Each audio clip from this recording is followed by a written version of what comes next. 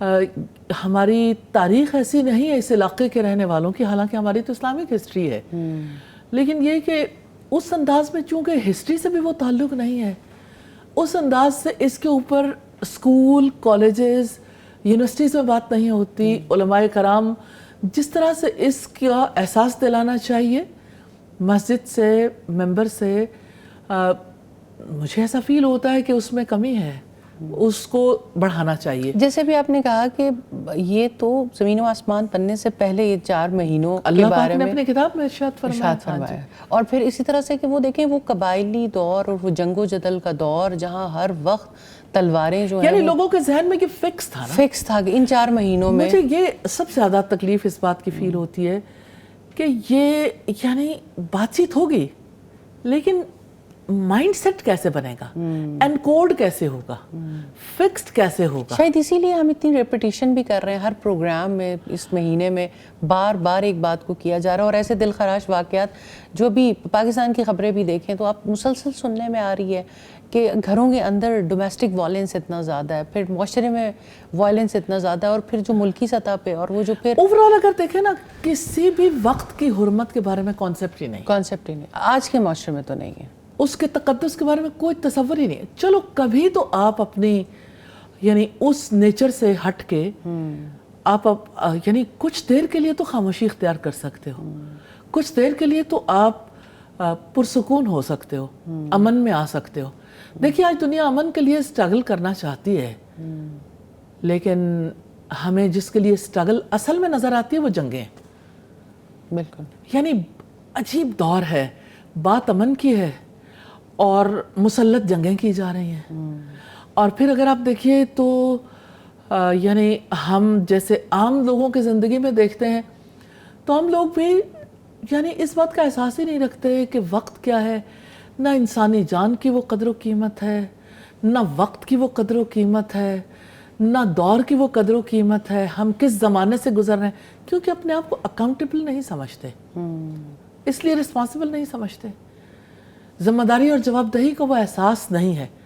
کیا یہ ہماری قومی اور ملی ذمہ داری نہیں ہے کہ ہم حالات کا رخ بدلنے کے لیے جتنی ہم سے ممکن ہے وہ کوشش کریں؟ تو آنے والے کل میں یہ حکومتی سطح پر بھی کوششیں ہو سکتی ہیں، تعلیمی اداروں کے اندر بھی ہو سکتی ہیں، گھروں کے اندر، سوسائٹی میں، کمیونٹیز کے اندر بھی ہو سکتی ہیں. سزا ہوا تو ہمیشہ ایسے ہی ہے، پہلے چند لوگ ہی بدلے ہیں، آپ کے کلوز سرکلز میں لوگ بدلتے ہیں، پھر آپ اس اویئرنیس کیمپین کو لے کے آگے جاتے ہیں، پھر وہ کسی نہ کسی سطح لیکن پر. آج میں دوسری بات ایک اور سوچ رہی تھی. جی روم تباہ ہوا تھا تو اس کے کھنڈرات پر بیٹھ کر لوگوں نے سمپوزیمز کیے، برین سٹارمنگ کی، سوچا حالات کا دھارا کیسے بدلا جائے. لوگوں نے جب مل کر آپس میں اس کا حل نکالنے کی کوشش کی تو پھر روم کی دوبارہ سے یعنی بحالی کا سلسلہ بھی ہو گیا. اب دیکھیں تاریخی اعتبار سے 1400 سال سے زیادہ ہو گئے، ہمارے پاس سلوشن ہی نہیں ہے. یعنی ٹھیک ہے ایک تکلیف دہ واقعات ہوئے، مجھے ایسا فیل ہوتا ہے یہ تو ہماری تاریخ کا سیاہ باب تو ہے ہی، لیکن is there any solution؟ کہیں رک کے ہمیں حالات کا جائزہ نہیں لینا چاہیے؟ ہم آگے کیسے بڑھیں گے؟ اختلافات کی خلیج کیسے بانٹیں گے؟ کیسے ہم مستقبل میں اپنی جنریشنز کو کیا دے کے جائیں گے؟ سولوشن یا تنازعات؟ ہم مقدس مہینوں میں بیٹھ کے انسانی جان کی حرمت پر بات کریں گے یا نفرتیں بڑھانے پہ، یا نفرتیں بڑھانے کی؟ اور یہ دو طرفہ ہے، دو طرفہ اور ہر ایک کا. مجھے ایسا فیل ہوتا ہے کہ اس میں ہم سب برابر ہیں. ہمیں ضرور اس کے بارے میں سوچنا چاہیے اور بحیثیت امت کے ہمیں ضرور یہ دیکھنا چاہیے کہ آج ہم یہاں ہیں، آنے والے کل میں کس وقت پہ، کس ٹائم لائن پہ ہم کہاں ہوں گے. ایسا لگتا ہے کہ جیسے فلڈ میں نا جب سیلاب آتا ہے تو تنکے یعنی خس و خاشاک بہہ رہے ہوتے ہیں نا، تو ایسے ہی پوری امت خس و خاشاک کی طرح بہہ رہی ہے کیونکہ رک کے کوئی سوچنا نہیں چاہتا. اور جو پاورفل ہے وہ انفلوئنس کرتا چلا جا رہا ہے. نیچرلی وہ تو ہوگا.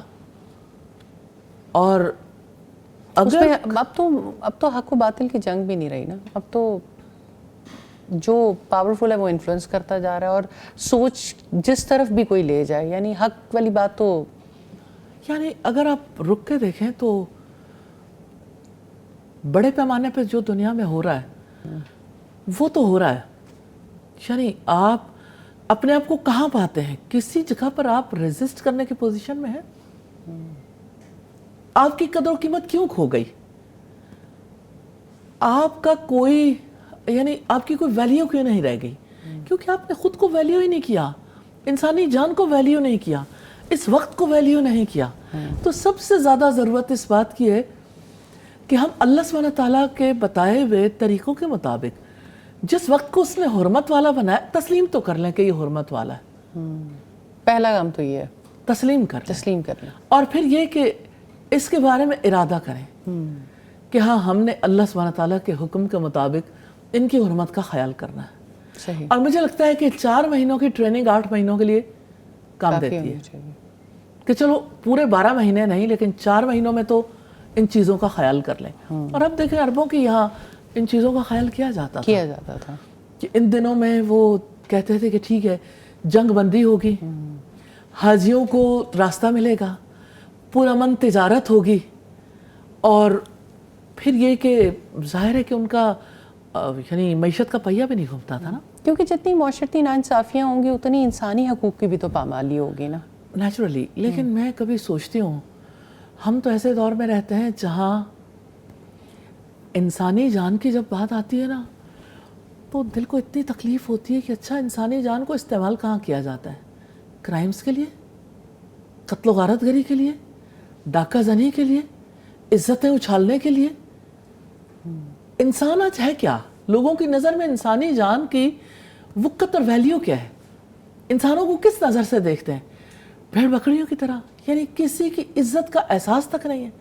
اوپر سے سوشل میڈیا میں جو کچھ یعنی سائبر کرائمز ہو رہے ہیں, مسلمانوں کو رک کے سوچنے کی ضرورت نہیں ہے کہ ہم کون ہیں. ہم نے تو عام دنوں میں بھی ان کا لحاظ رکھنا تھا. ہم وہ لوگ ہیں کہ جو لوگوں کی عزتیں اچھالیں گے. اصل میں یہ تو وہ چیزیں استاد جن کے بارے میں رک کے مسلمان تو سوچ ہی نہیں رہے ہیں, ہے تو یہ خیر سب کی ذمہ داری, لیکن ہم تو اس کو بالکل سوچ ہی نہیں رہے ہیں.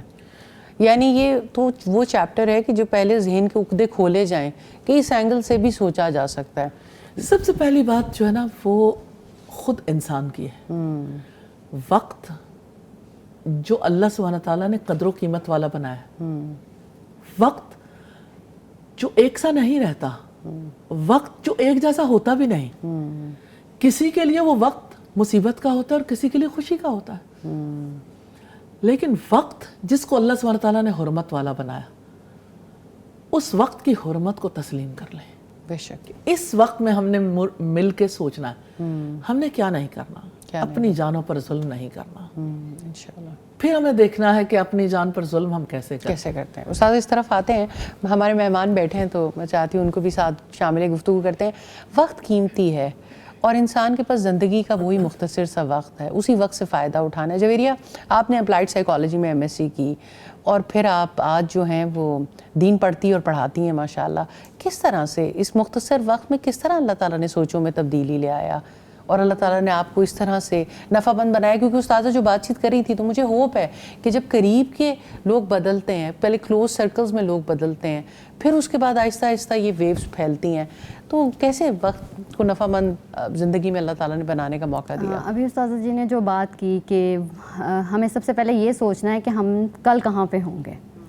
ایک ایسا ہی استاذہ جی کا سیشن تھا جس نے مجھے بھی تبدیل کیا, اور جب وہ میں نے سیشن اٹینڈ کیا اس سے پہلے MS سی اپلائیڈ سائیکالوجی کرنے کے بعد مجھے لگتا تھا کہ اب میری شادی ہو گئی, اب میری زندگی کا مقصد ختم ہو گیا. پھر BA بھی کیا, اس کے بعد کوئی نہ کوئی سلسلہ جاری رکھا سیکھنے کا, لیکن کہیں نہ کہیں دل میں ایک کمی تھی کہ کچھ زندگی میں کمی ہے, بیسک اس کی تلاش نہیں تھی. اور جب استاذہ جی کا سیشن اٹینڈ کیا تو اس سیشن میں استاذہ جی نے سکھایا کہ ہم خواب کیسے دیکھتے ہیں, کہ ہمیں اپنا فیوچر کس طرح جو ہے پلان کرنا ہے. کبھی میں سوچ نہیں سکتی تھی کہ ہم اس طرح بھی فیوچر کو پلان کر سکتے ہیں کہ پہلے سوچیں کہ ہم نے اس ٹارگیٹ تک جانا ہے, اس کے بعد ہم اس ٹارگیٹ تک پہنچیں. تو الحمدللہ وہ بات میرے دل کو بہت لگی کہ بیسک یہی حق کی تلاش تھی کہ یہ قرآن کا ہی راستہ ہے جو مجھے کبھی ادھر لے کے جا رہا ہے کبھی ادھر لے کے جا رہا ہے. یعنی انسان کی انسٹنکٹ میں جبلت میں اللہ تعالیٰ نے حق کی تلاش تو رکھی ہے نا. اور استاذہ جب بھی آپ بات کر رہی ہوتی ہیں امت کی بات کر رہی ہوتی ہیں اور ہم یہ بات کرتے ہیں کہ حکومتی سطح پہ تبدیلی آئے تو مجھے لگتا ہے الحمدللہ یہ بہت بڑا اللہ تعالیٰ کا احسان ہے کہ اللہ تعالیٰ نے آپ کو ایک ایسا پلیٹ فارم بنانے کی توفیق دی کہ جہاں آپ نے لاکھوں زندگیوں کو ڈائریکٹ امپیکٹ کیا ہے اور ایسے افراد تیار کیے ہیں کہ جو ایک ایک سوچ کو لے کے اٹھتے ہیں اور پھر الحمدللہ اس کو امپلیمنٹ کرتے ہیں. تو یہ اصل امید میں فائزہ یہ بات ہے کہ اگر آپ کہیں کہ ہم نے یہ کام کیا یا ہم نے تیار کیا, مجھے ایسا فیل ہوتا ہے اللہ سبحانہ تعالیٰ کا دیا ہوا دین ایسا ہے جس دور میں جہاں بھی ان ہدایات کو لے کے کوئی بھی اٹھے گا جی ڈیفینیٹلی تو اللہ تعالیٰ کی مہربانی سے انشاءاللہ تعالیٰ رزلٹ ضرور لیکن اللہ تعالیٰ نے یہ مہربانی کی آپ کی زندگی پر کہ بہت سارے ایسے افراد جو جیسے بھی جویریہ بھی بات کر رہی ہیں کہ حق کی تلاش تو ہوتی ہے کبھی ایک چیز کی کبھی دوسری چیز کی اور انسان اپنے مقصد زندگی کی تلاش میں تو رہتا ہے اور پھر اگر ایسے لوگ معاون اور مددگار بن جائیں تو اور بھی زیادہ خوبصورت. الحمدللہ. یعنی یہ دیکھیے کہ جویریہ کی بات سے مجھے یہ فیل ہو رہا ہے کہ اگر آپ کسی کو ریئلائز کرانے میں کامیاب ہو جاتے ہیں, اگر آپ یعنی کسی کے مائنڈ کو یعنی اویئر یعنی اس مائنڈ سیٹ کو چینج کرنے میں کامیاب ہو جاتے ہیں تو آپ دیکھیں کہ پھر آپ کو باہر سے بہت زیادہ کچھ کرنے کی ضرورت نہیں, کیونکہ وہ خود جو حق کی جستجو میں ہے, تلاش میں ہے, اللہ کی مہربانی سے پھر وہ یہ سب اس سفر میں ساتھ شامل ہو جاتا ہے. اور اچھا ریسیپشن ہے تو پھر انشاءاللہ وہ سگنلز بھی اور بہتر ہوتے چلے جائیں گے.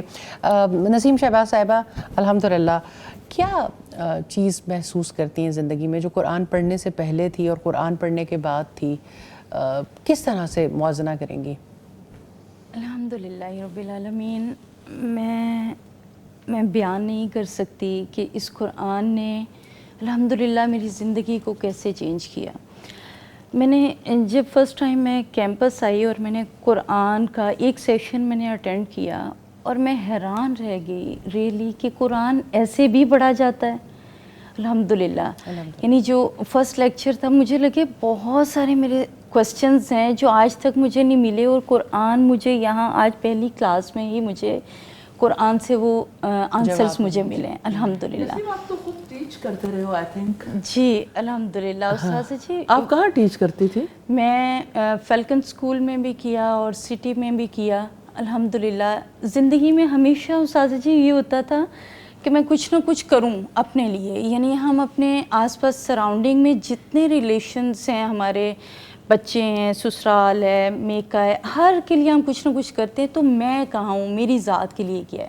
کیا شادی ہو گئی, اینڈ ہو گیا؟ میں نے کہا نہیں, کچھ کرنا ہے. اور لگی رہی کہیں جاب کرنے, کہیں پڑھنے. لیکن جب میں نے قرآن کے لیے آئی نا استاذہ جی, الحمدللہ 2015 سے میرا یہ سفر ہے. میں نے کبھی اس کے بعد نہیں سوچا کہ میں نے کہیں اور بھی جانا ہے. الحمدللہ. اب اس سفر میں وہ چیز مجھے سیدہ ہاجرہ کی, جب میں نے سیرت حبیب کا وہ پہلا لیسن پڑھا, جب سیدہ ہاجرہ کو حضرت ابراہیم علیہ السلام نے صحرا میں چھوڑا اور وہ پوچھ رہی ہیں کس کے سہارے چھوڑے جا رہے ہیں, آپ جواب نہیں دیتے ہیں اور کہتی ہیں اللہ کے سہارے. اور پھر کتنی خوبصورت بات مجھے آج تک وہی چلاتی ہے, اللہ ہمیں ضائع نہیں کرے گا اگر اللہ کے سہارے چھوڑے جا رہے ہیں. الحمدللہ. چیز جہاں مجھے کہیں سٹاپ لگنے لگتا ہے مجھے وہ چیز اٹھاتی ہے, نہیں میں ضائع نہیں ہوں گی انشاءاللہ. ایسا کیسے ہو سکتا ہے؟ امپورٹنٹ بات ہے, بہت خوبصورت. کیونکہ انسان کو یہ چیز ہی اپنی جگہ سے اکھاڑتی ہے کہ میں کیا کر رہا ہوں اور میرے کام کا کیا نتیجہ نکلا, اور میرا تو سارا وقت ضائع ہو گیا, ساری عمر ضائع ہو گئی, اور میں نے جو کچھ کیا اس کا کوئی نتیجہ ہی برآمد نہیں ہوا. اور اس وہی والی بات ہے نا, ہر دفعہ جب بھی اتنے پیارے لوگ آتے ہیں اور وہ یہی بات کرتے ہیں کہ جب علم سے رشتہ جڑا تو سوچوں میں تبدیلی آئی اور عمل بدل گیا. صحیح. فائزہ میں بڑی دلچسپ بات آپ کے سامنے رکھنا چاہتی ہوں. سید اسد گیلانی بہت بڑے رائٹر ہیں اور ان کا ایک خاص تنظیم سے تعلق بھی ہے اور بڑے اثرات ہیں اس کے گہرے. میرے والد کے بڑے قریبی دوست تھے اور میرے والد نے کہا کہ آپ جب میں ماسٹرز کر رہی تھی کہ ان کے پاس جائیں, ریسرچ کے لیے آپ ڈسکشن ان کے پاس جا کے کریں. تو مجھے جب تھیسس کرنا تھا تو مجھے سب سے پہلے آپ کو پتا ہے کہ اسٹوڈنٹس کے لیے کتنا بڑا یہ یعنی ایک پہاڑ ہوتا ہے کہ کسی طرح سے تھیسس کا ٹاپک جو ہے اس کو سلیکٹ کر کر لیا جائے. تو ان کے ساتھ جب میری بات چیت ہوئی تو میں واپس اپنے والد کے پاس گئی تو ابا جی نے کہا کہ آپ یہ بتائیے کہ چچا جان نے کیا کہا, کیا بات چیت ہوئی.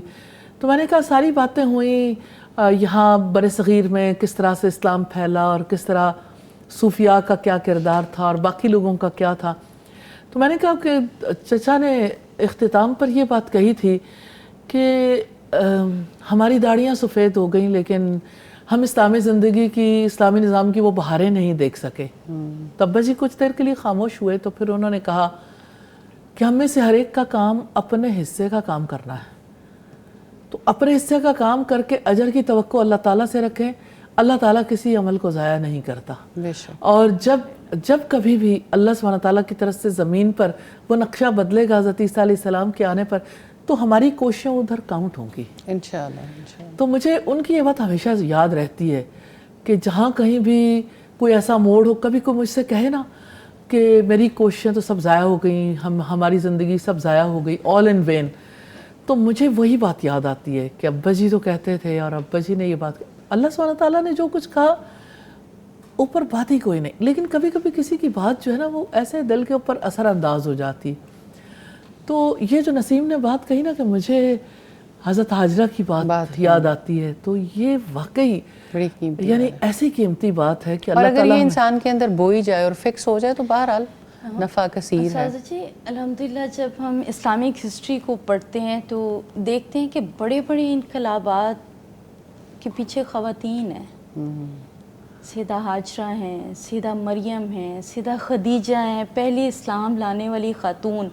تو مجھے یہ چیز اٹھاتی ہے ہم کیوں نہیں ان کے فٹ سٹیپ پہ چل کے الحمدللہ ہم کیوں نہیں ایسا بڑا کام خواتین کر کا سکتے. کردار جی ہمیشہ بڑا اہم رہا ہے اور رہے گا بھی الحمدللہ. بس یہی ایک کوشش ہے کہ یہ ریئلائزیشن کروائی جائے اور خواتین اپنا کردار سیکھ جائیں. ہمیں ایک مختصر سے بریک پہ جانا ہوگا, اس سے پہلے میں جویریہ صاحبہ آپ کا بھی اور نسیم آپ کا بھی بہت شکریہ ادا کرنا چاہتی ہوں.